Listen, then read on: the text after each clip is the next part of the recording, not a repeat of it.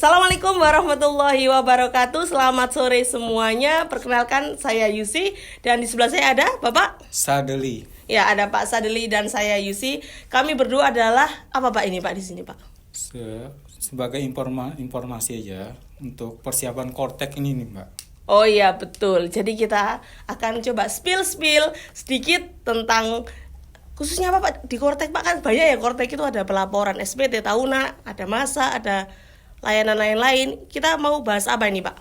SPT tahunan orang pribadi sama SPT tahunan badan. Oh iya baik, jadi sesuai yang disampaikan tadi ya, kita akan menyampaikan sedikit ya, mungkin nggak bakalan yang sangat-sangat detail ya, tapi kita akan membahas mengenai SPT tahunan pribadi dan orang pribadi, SPT tahunan badan dan SPT orang pribadi di Kortek. Karena mulai tahun 2025 ini kita wajib untuk lapor SPT melalui Kortek. Jadi perbedaannya kalau melalui DJP online itu kita harus, kalau lupa password itu kita perlu e-pin dulu ya. Iya betul. Kalau e-pinnya lupa, kita mesti menghubungi KPP terdekat. Betul. Tapi kalau Kortek kita tinggal aktifasi melalui akun Kortex. Jadi kita klik akun pendaftaran akun. Atau kalau pernah mengaktifkan DJP online itu kita klik lupa password. Oke. Nanti begitu kita klik lupa password, nanti kita cek di menunya itu kita klik NIK. Jadi NIK itu sama dengan NPWP kalau sekarang. Begitu dicari NIK-nya, nanti datanya itu akan terhubung dengan data Dukcapil. Jadi begitu kita klik NIK-nya, muncul namanya. Setelah muncul namanya, nanti kita isi email yang aktif. Kemudian nomor HP yang aktif. Kalau emailnya itu nanti waktu pendaftaran NPWP itu berbeda dengan yang data sekarang, tentu saja harus ada perubahan data. Perubahan data itu nanti mengisi email yang aktif yang benar. Ya, perubahan datanya gimana Pak? Kita bisa langsung dari DJP online sebagai website yang lama atau kita harus langsung ke KPP atau bagaimana? Bisa melalui ke KPP terdekat. Jadi nggak mesti misalnya terdaftarnya di Surabaya, di mana KPP yang terdekat itulah yang bisa kita perbarui datanya. Jadi nggak perlu ke KPP terdaftar. Jadi misalkan nih saya terdaftarnya di KPP Sidoarjo Pak ya. Karena rumah saya lebih dekat ke Surabaya, ya wis lah saya mau ke Surabaya aja, itu bisa. Bisa. Baik. Jadi kawan pajak nggak usah khawatir ya kalau misalkan untuk perubahan data tidak perlu untuk ke KPP terdaftarnya, karena kan kita tahu kondisi bahwa setiap orang itu mungkin domisili KTP-nya dan tempat kerjanya itu beda kota, bahkan beda provinsi Pak ya, kayak Bapak kan bahkan kerjanya di Surabaya tapi domisilinya di mana Pak? Di Kalimantan Selatan ya. Jadi nggak perlu misalkan Pak Sadili untuk merubah data itu harus ke Kalimantan Selatan atau sesuai dengan KPP-nya, tapi bisa langsung ke KPP terdekat tempat Bapak bekerja. Begitu Pak ya? Betul. Berarti harus dikelirkan dulu bahwa memang untuk data-data dari wajib pajak itu sudah harus sesuai semuanya Pak ya. Dari email, dari nomor HP, kemudian jenis pekerjaannya Pak ya, perlu nggak Pak ini? Perlu, karena ini menentukan nanti jenis SPT orang pribadi, mau SPT karyawan, SPT usahawan. Tetapi kalau di Kortek ini tidak ada lagi klasifikasi untuk SPT-nya. Jadi SPT orang pribadi, kalau sebelumnya kan di JP online ada 1770S, 1770SS, 1770. Kalau di Kortek itu SPT orang pribadinya sama semua. Nanti yang membedakan itu di lampiran SPT-nya. Jadi kita klik di lampiran SPT-nya, misalnya jenis usahanya pegawai swasta atau karyawan. Nah, tentu saja nanti SPT yang keluar di induk SPT dan lampirannya SPT untuk karyawan. Oh, jadi ngisinya kayak dulu Pak ya, dari belakang, halaman belakang, kemudian berpindah ke halaman utama Depan, apa ya. depannya gitu Jadi ya. kita kliknya dari SPT induk dulu. Oke. Karena SPT induk nanti menentukan lampirannya mau lampiran usahawan atau pegawai Pekerjaan. swasta. Nanti kan di situ ada pertanyaan-pertanyaannya. Oh gitu. Jadi memang teman-teman harus ini Pak ya, harus sangat teliti untuk membaca ya Pak. Jangan Membacanya, malas ya. membaca betul Pak ya. Karena Iya. kan atas seperti yang disampaikan oleh Pak Sadli tadi bahwa apapun yang kita pilih di form utama atau form induk itu akan berpengaruh ke lampirannya Pak ya, betul? Betul. Semakin Nah, banyak yang kita klik pertanyaannya, kita klik ya, itu semakin banyak nanti lampiran SPT-nya yang muncul di lampiran SPT-nya. Lampirannya Pak. Oh iya, oke. Berarti tambah ribet dong Pak daripada kayak waktu ngisi zaman dahulu pakai DJP online, pakai e-filing gitu. Ya, masing-masing kan ada keunggulannya masing-masing. Kalau di DJP online itu kan kalau bukti potong A1 kalau untuk karyawan swasta, kemudian A2 untuk PNS, ASN, TNI, Polri.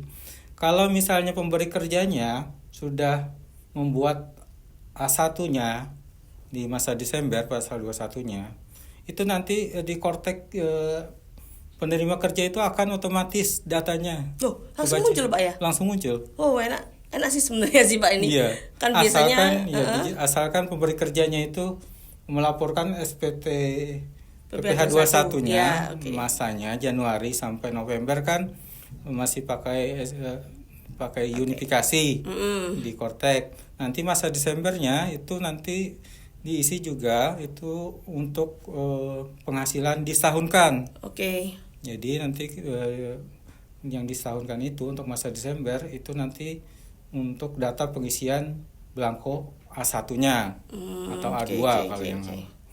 Jadi memang lebih datanya lebih valid Pak ya, daripada kadang-kadang kan sering terjadinya tuh orang mau lapor SPT tapi nggak bawa apa-apa gitu Ya, seringnya gitu. betul. Kalau misalkan kita karyawan, loh Mbak di HRD ku aku nggak bawa kayak gitu kan sering ya. Iya. Jadi lebih aman ya kalau pakai Kortek, insya Allah kalau selama si pemberi kerjanya sudah lapor SPT unifikasi, Iya. itu pasti akan sudah terakumulasi. SPT pasal 21. Oh 21 ya. Iya. 21 itu akan langsung dia ada ketika lapor SPT tahunan orang pribadi, begitu Pak ya. Betul. Terus kalau detail-detailnya sama nggak atau ada yang ditambah atau gimana?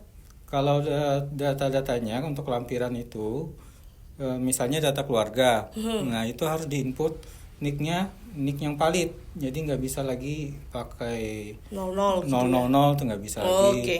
Kemudian kalau untuk daftar harta itu nanti harus lengkap, misalnya untuk tanah dan bangunan itu nanti di Kortek akan menginput nomor sertifikatnya, kemudian tahun belinya kapan, Oke. harganya berapa, Harganya harga sekarang atau harga beli dulu Pak? harga perolehan. Harga perolehan. Iya. Oh ya, berarti lebih banyak Pak ya? Lebih banyak untuk daftar hartanya, jadi semakin banyak punya harta semakin banyak inputannya nanti kalau di SPT orang pribadi. Oke, tapi nanti itu data yang lama harta itu ke impor nggak Pak? Maksudnya langsung muncul atau kita mesti masukin satu-satu semua kayak dulu? Nah, nanti kita lihat dulu waktu di praktek pengisian SPT, nanti kan ada edukasi Kortek ya di kantor KPP terdekat. Jadi nanti KPP terdekat akan praktek langsung simulasi istilahnya. Oke, simulasi ya. Iya, betul. Oh, berarti nanti ada kemungkinan datanya bisa ketarik Pak ya untuk yang hartanya. Tapi kan kita tetap harus melengkapi satu-satu ya, karena ada tadi kayak detail sertifikat atau misalkan kalau pakai rekening berarti nomor rekening Pak ya, Nomor rekeningnya juga ada. seperti itu. Oh ya, oke, berarti lumayan ya sebenarnya untuk SPT tahunan ini. Mungkin ada yang bilang, aduh Mbak kok tambah ribet, saya mau taat ribet gini ya teman-teman semua. Mungkin frame-nya kita ubah. Kita ini kan masih masa peralihan ya, jadi akan sangat-sangat wajar kalau misalkan kesulitan. Cuman yang kita pahami bersama-sama itu ya gimana, karena ini kan memang kewajiban dari teman-teman untuk melaporkan pajak. Ya kita jalani aja. Mungkin kalau ada kesulitan bisa bertanya ke KPP terdekat Pak ya kalau dalam pengisian seperti itu. Iya. Oke. Ya. Mungkin kita harus lebih membiasakan lagi dengan Ya kan setiap perubahan itu pasti akan berat ya Bapak. Ya, berat di Betul. awal karena itu perlu penyesuaian. Jadi penyesuaian peralihan teknologi informasi, kemudian penarikan data ya dari data pihak ketiga, dari data Dukcapil dan Oke. sebagainya. Ya. Oh ya, jadi memang harus kita ini ya berusaha untuk beradaptasi. Kalau misalkan ada kesulitan, kembali lagi Pak ya kita bisa ke KPP terdekat. Iya, Seperti itu. Sebenarnya ada cara selama kita berusaha dan meniatkan pasti akan ada jalannya. Seperti itu Pak ya. Ya betul. Ya, Jadi nanti yang masa Desember nanti kita akan menghimbau kepada pemberi kerja itu agar membuat A1-nya itu lebih awal. Misalnya masa Desember itu nanti awal Januari mereka sudah siap. Jadi mereka nanti nggak perlu lagi membagikan A1 secara fisik. Oke. Ya itu lebih mudah. Jadi Iya. di Oh, korteknya gitu. nanti begitu diklik pemberi kerjanya siapa, misalnya PTA, kemudian nama pemberi kerjanya pakai nik kan. Nah nanti A1-nya itu akan muncul di korteknya pegawai bersangkutan. Oh iya iya iya.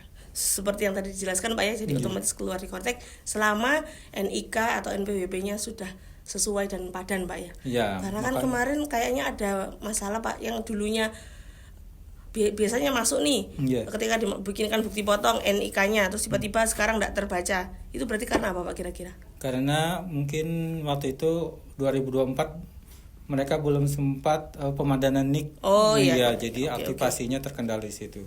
Jadi memang harus aktivasi dulu korteknya biar datanya itu masuk Pak ya. Betul. Betul. Meskipun Bapak Ibu yang masih belum ada kewajiban pelaporan bulanan kan memang nggak ada ya. Mungkin ada beberapa yang wajib lapor bulanan seperti yang untuk wajib pajak PKP yang harus melaporkan PPN mungkin kan sudah mengaktifkan kortek. Nah, yang belum kami menghimbau untuk segera ya aktivasi akun Korteksnya, betul. Betul. Nah, untuk aktivasi akun Korteks ini kita kemarin sudah live Pak ya bersama dengan tim penyuluh dari Rungkut yang lain. Ya, Monggo betul. nanti bisa dilihat di pajak SBY Rungkut di reels terbarunya itu kita simpan untuk live-nya mengenai aktivasi akun Korteks Ya, seperti itu. Kalau misalkan masih ada terkendala ya monggo sekali lagi bisa ke KPP terdekat. Itu biasanya perubahan data biasanya. Oh iya perubahan data. Kalau perubahan data disiap-siapkan datanya yang sesuai. Entah Terus email, atau oke. nomor HP-nya Oh, nggak iya, sama waktu betul. daftar gitu. Ya, dan dipastikan emailnya ada di bawah Pak ya. Maksudnya di HP yang sekarang dibawa. Jangan email yang ada di PC yang ada di rumah begitu Pak ya. Iya betul.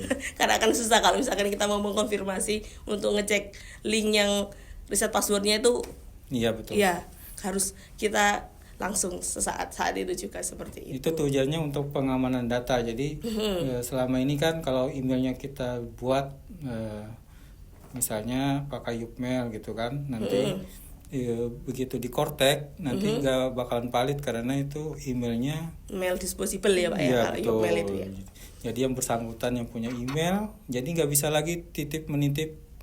Misalnya saya mau daftar aktivasi kortek, kemudian pakai email dibuatin gitu, nggak bisa lagi Ya, sekarang. berarti memang harus personal, satu email, satu wajib pajak, begitu Pak ya. Ya ini demi keamanan data kita semua. Betul, karena kan di SPT itu ada banyak Pak ya datanya ya, ada harta, Iya, ada betul. hutang, karena itu RHS, rahasia. Iya betul sekali. Jadi jangan sampai data kita itu nanti dibaca oleh orang lain. yang Oke. tidak bertanggung jawab. Betul.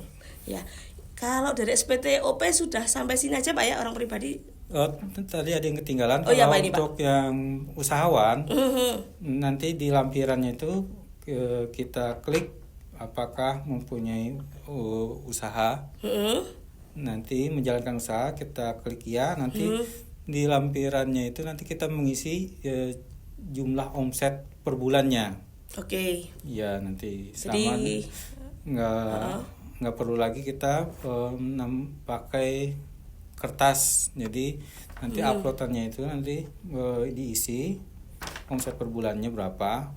Ya nanti yang 0,5%-nya berapa. Jadi tapi masih berlaku ya Pak ya, yang di bawah 500 juta nggak kena itu Pak ya. itu untuk orang pribadi Orang masih pribadi berlaku. kan, Ya mudah-mudahan nanti akan diperpanjang melalui revisi PP terbaru. Ya, karena sampai saat ini sebenarnya belum ada peraturan terbarunya Pak yang perpanjang itu ya cuma hanya dari pemberitaan saja. Jadi kita tunggu saja nanti dari Kementerian Keuangan, lebih khususnya dari DJP untuk menerbitkan peraturan yang terbaru terkait itu, seperti itu. Karena kan sudah rame ya Pak ya di sosmed itu ya, yang perpanjang, tapi sampai saat ini belum ada PP-nya. Jadi tujuannya kita mengadakan edukasi lebih awal itu semacam simulasi gitu kan. Itu biar nanti masa Januari, Februari dan Maret itu nanti wajib pajak sudah siap gitu kan, siap untuk melaporkannya melalui Cortex. Terutama bagi mereka yang belum aktivasi akun Cortex, mereka bisa mendaftarkan dari sekarang. Jadi nggak perlu lagi berbondong-bondong di awal tahun atau di akhir tahun ini ya Pak ya. Karena kebetulan nanti SPT orang pribadi ini berkenaan bertepatan ya Pak ya dengan puasa ya. Libur puasa dan Idul Fitri nanti. Oh iya. Jadi lebih awal lebih baik ya Bapak Ibu semuanya memang. Betul. Oke, sekarang SPTOP sudah, kita tinggal ke SPT Badan Pak ya. Iya. Nah, kalau SPT Badan ini apakah yang disiapkan itu masih sama Pak? Maksudnya kayak dulu pakai laporan keuangan berupa neraca laba rugi, laporan omset itu apakah masih? Masih. Oke, masih. Berarti tidak perlu persiapan yang gimana-gimana Pak ya? Atau gimana Pak? Jadi pengisian SPT untuk badan ini juga dimulai dari induk SPT. Jadi sama berarti Pak ya? Iya, Seperti banyaknya lampiran yang harus diisi tergantung isian atau pilihan jawaban pertanyaan di induk SPT. Oke. Kemudian lampiran itu akan otomatis muncul. Misalnya kita klik lampiran L2, daftar kepemilikan, kemudian lampiran L1B, perhitungan biaya pinjaman yang dapat dibebankan untuk keperluan penghitungan PPh. Kemudian nanti ada lampiran ada 12 nanti kan lampiran keuangan itu untuk SPT badan ya. Itu masing-masing nanti per sektor usaha ada nanti.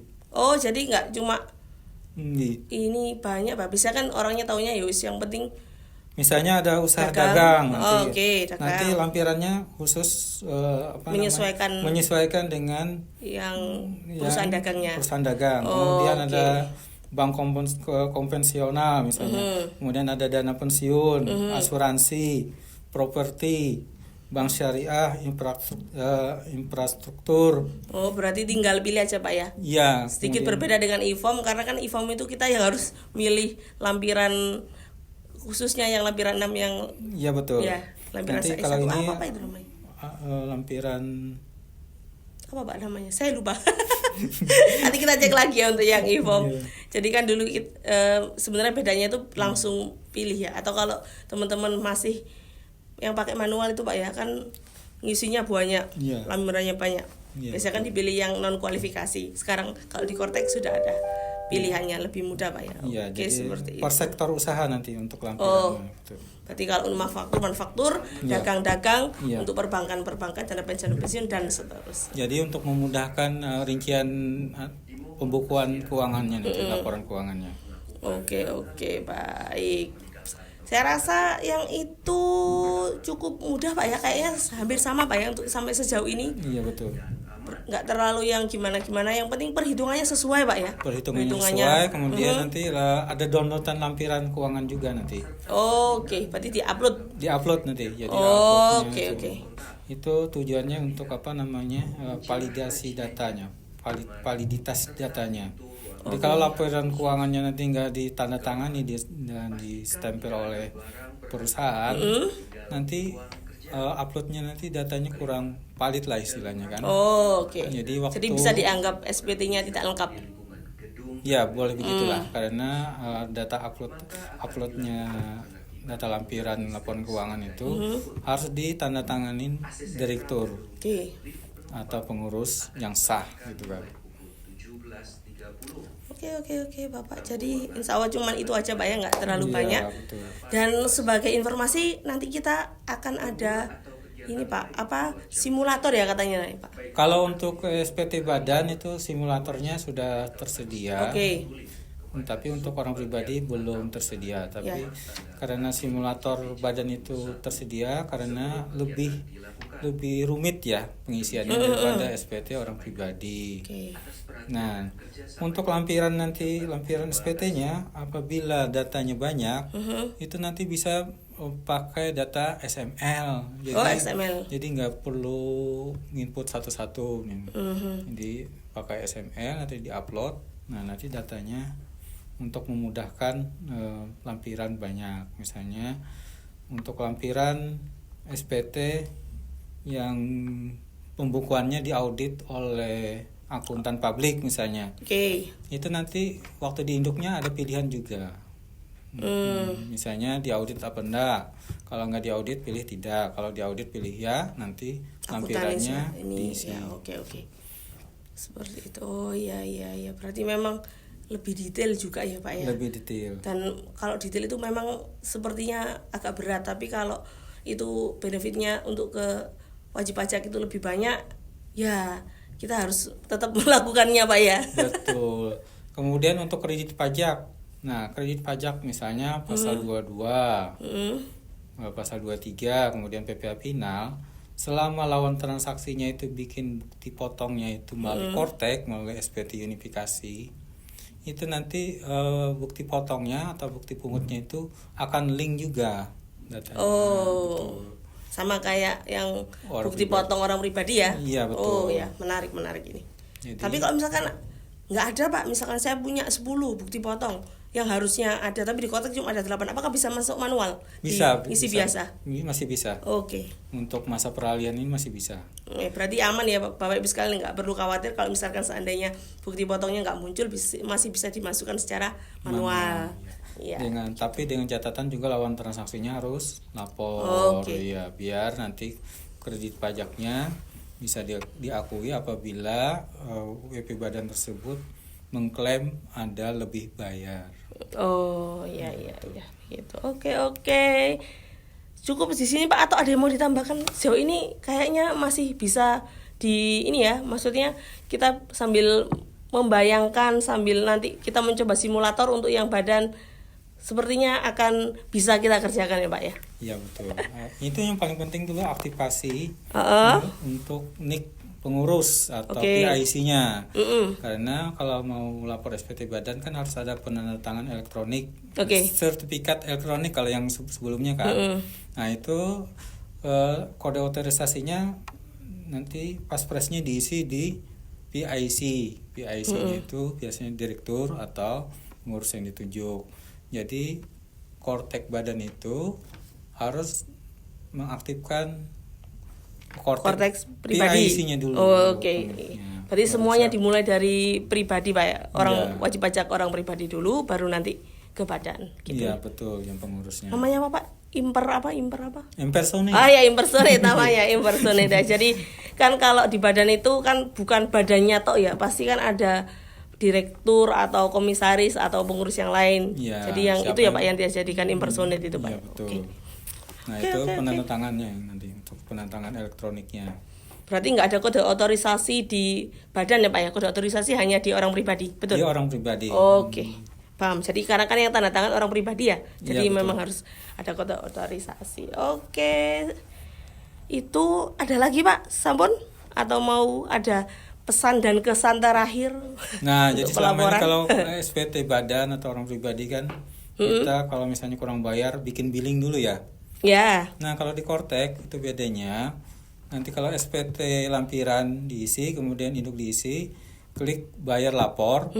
Nah, kalau sudah klik bayar lapor nanti di SPT itu ada namanya SPT menunggu pembayaran. Oke. Nah, begitu diklik bayar dan lapor, nanti billingnya otomatis muncul. Oke. Jadi selama ini kan dibalik bikin billing dulu, baru bayar, terus itu dimasukkan NTPN gitu Pak ya? Iya betul. Nah, kalau di Kortek ini nanti SPT induknya dibuat konsepnya, kemudian klik lapor bayar, baru muncul billing secara otomatis. Jadi menghindari dari kekeliruan atau kesalahan hitung.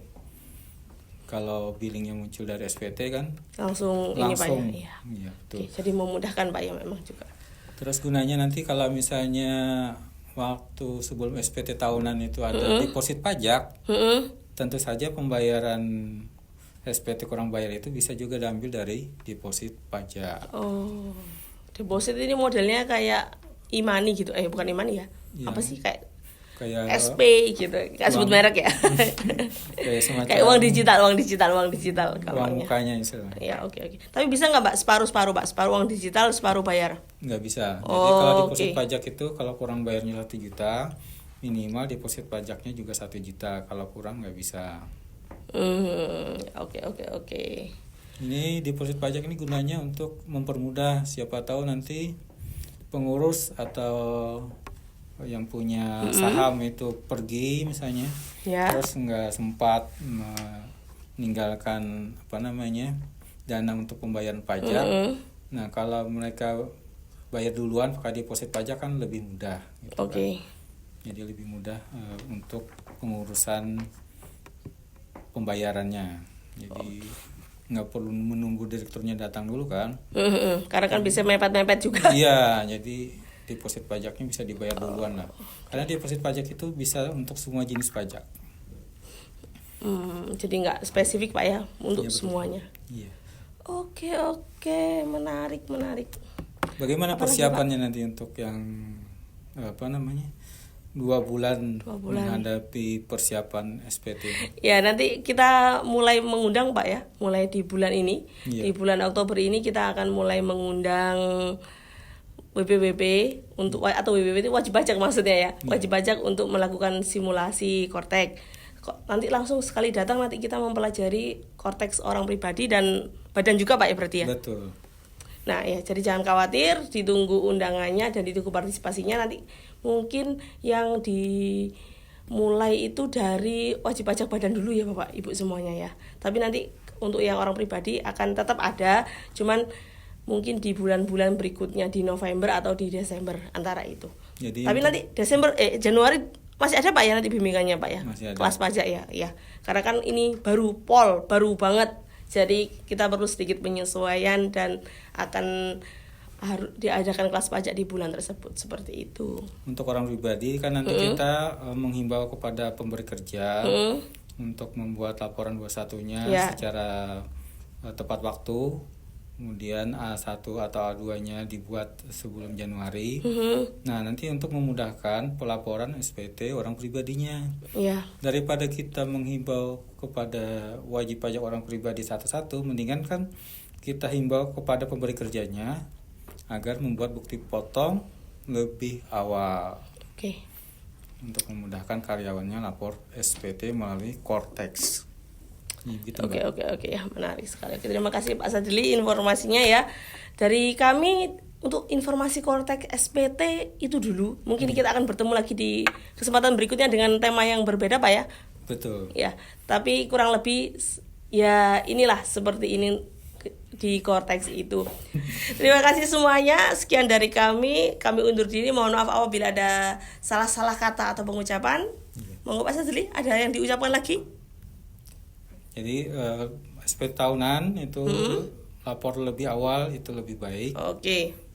daripada nanti Keburu berdesak-desakan lebaran. ke KPP. Ya. Masa mau mudik mikirin SPT tahunan kan? Oke, iya. Kira-kira ada perpanjangan lagi nggak Pak? Perpanjangan apa itu? Pelaporan kayak kemarin 10 hari ditambah spare 10 hari. Ya mudah-mudahan nanti Iya. melihat situasi dan kondisi ya. Ya, Ya, oke. tergantung kebijakan pimpinan. Oke Pak, SPT tahunan lebih awal, Lebih lebih baik. Oke, terima kasih semuanya. Assalamualaikum warahmatullahi wabarakatuh.